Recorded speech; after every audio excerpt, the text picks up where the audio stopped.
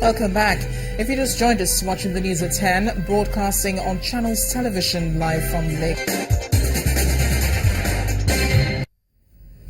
Here are a few pictures you sent into our eyewitness portal. Let's begin with this one from Kubwa area of the Federal Capital Territory, Abuja. It shows a filling station under construction. Our eyewitness reporter claims this is an illegal construction and wants relevant authorities to investigate. Staying in the FCT, this photo shows cows competing with vehicles for right-of-way. Our eyewitness reporter calls on the FRSC to stop such violation of traffic rules. We're off to Gombe-Kumo Highway. It shows what our eyewitness reporter describes as an illegal checkpoint. This photo is sent in from Saki area in Oyo State. It shows the aftermath of a truck accident. Our eyewitness reporter calls on truck drivers to adhere to speed limits. We'll end here in Lagos in Oregon. We have a picture showing a drainage blocked with refuse. Our eyewitness reporter wants residents in the affected area to be more concerned about the environment.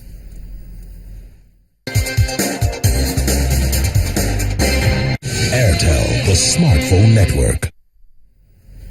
The president has emphasized the urgent need to ensure the potentials of Nigeria are harnessed and used for the good of the country.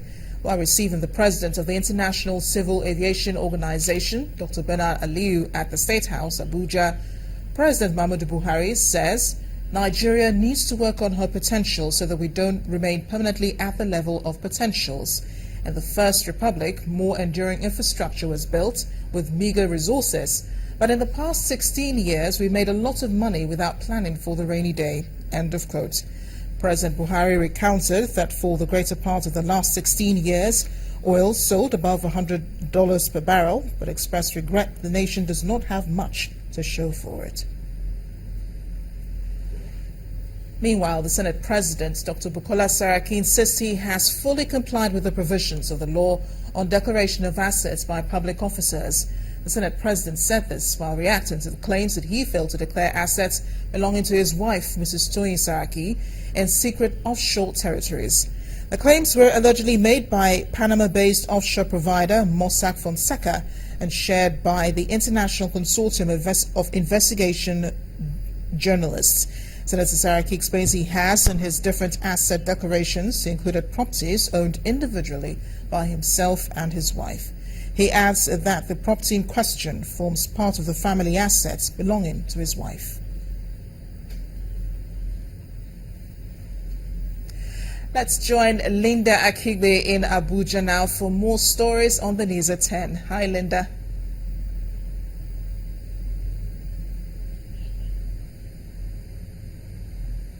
Hello, Amarachi. Good to see you and welcome to Abuja, the nation's capital.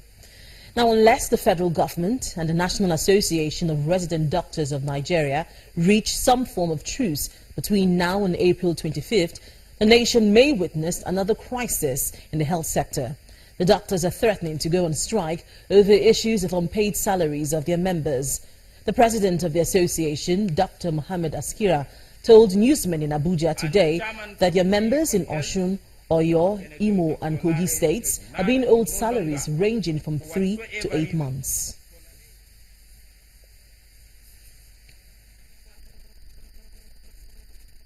We noted that some of our members in some state-owned tertiary hospitals have not yet been paid salaries ranging from 3 to 8 months. Most notably, our Lautech Teaching Hospital in Oshobo in the state of Osun, Lautech Obomosho in Oyo State, Imsut Orulu in Imo State, and Kogi Specialist Hospital in Lokoja. During the time the president of this country was presenting the budget, he specifically said, we have responsibility to give Nigerians effective healthcare delivery. As such, our doctors and nurses will be paid competitively. What is the competition? When we are not being paid even salaries, monthly salaries, even the fractions, we don't see it in other places. Is it that Baba Buhari is releasing the money and somebody is squeezing it somewhere, and nobody is saying anything. We are here to say enough is enough. In line with the above realities and the current realities in our country, NARD declares a 21-day ultimatum with effect from today, the 4th of April 2016, to press home our aforementioned demands, following which industrial harmony in our various hospitals may not be guaranteed, considering the existing realities on ground. The last is yet to be heard about the 2015 governorship election in Ekiti State, as one of indicted officers, Brigadier General Aliyu Momo, has been retired. Army spokesman Colonel Sani Umar confirmed to Channels Television today that the Army officer was retired in line with the recommendation made by Army authorities set up to investigate allegations of professional misconduct. This is in connection with the conduct of June 14, 2014 governorship election in Ekiti State and the 2015 general elections. A board of inquiry led by the general officer commanding one division of the Nigerian Army, Major General Adeniyi Oyebade, indicted the senior officer and others, recommending various degrees of sanctions against them. Now, children of internally displaced persons in Adamawa State may soon have the platform to acquire quality education. This is because work is nearing completion at the site of a school established for them by the Imo State Governor, Rocha Zukorocha. The children are forced out of their homes and cut off from normalcy following Boko Haram attacks. As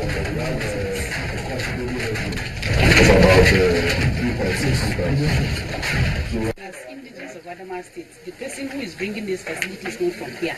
So we'll only plead with ourselves, with our brothers and sisters, that community interest should supersede personal interest, and therefore want to do it because these are children that will benefit our own people, not people from Imo State. So we should be able to give away whatever we are holding on to allow our children to benefit. But I think it's something that the government will be able to sort. It shouldn't cause any problem. If for today we have only enrolled one candidate, the day His Excellency came, Governor Rocha Zukorocha, he told us of this young girl that he met on the camp, and he said that was part of the reason why he desired to bring this structure to Adamawa State, for such children to benefit. And he instructed us that for the enrollment of this school, this young girl, Comfort, should be the first candidate to be enrolled. So symbolically today we have enrolled her into the school, but that does not mean she will start schooling here immediately. And that's all from Abuja. Back to you, Amarachi. Thanks a lot, Linda. Policemen should not only be concerned about maintaining law and order in the country, but they should equally be thinking about how to spend their retirement. That's the view of the Assistant Inspector General of Police in charge of intelligence, Mr. James Colquitt, who expressed this thought in Abuja today. He advised serving police officers and men to prepare for life outside of the police force by thinking about money-making ventures that will sustain them after retirement. Mr. Colquitt gave the advice to pre-retirement entrepreneurship training for selected officers of the police force in Abuja. When the News at 10 returns, Comptroller General of Customs visits Najidok in Lagos. We'll have that and business news. Please join us again.